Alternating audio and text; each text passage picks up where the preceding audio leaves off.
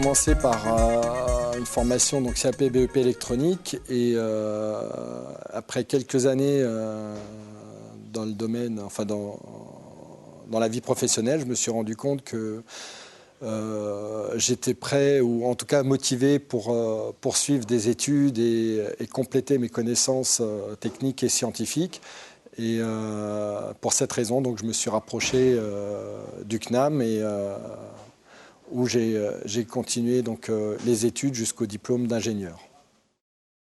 Par rapport aux enseignants que j'ai eus, il y a quand même beaucoup de monde qui vient du domaine industriel. Évidemment, il y a une partie très théorique, mais il y a aussi une grande partie pratique. Donc, le fait d'avoir les deux types d'enseignants est très enrichissant parce que ça permet de structurer les connaissances et pour plus facilement après les mettre en œuvre.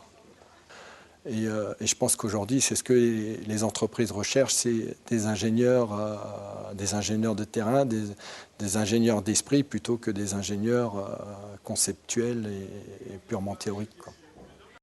On va dire qu'un ingénieur concepteur est souvent intéressé par des concepts théoriques qui ne sont pas forcément applicables d'un point de vue pratique. Donc on part souvent dans des concepts, des usines à gaz, on va dire, on va appeler ça comme ça.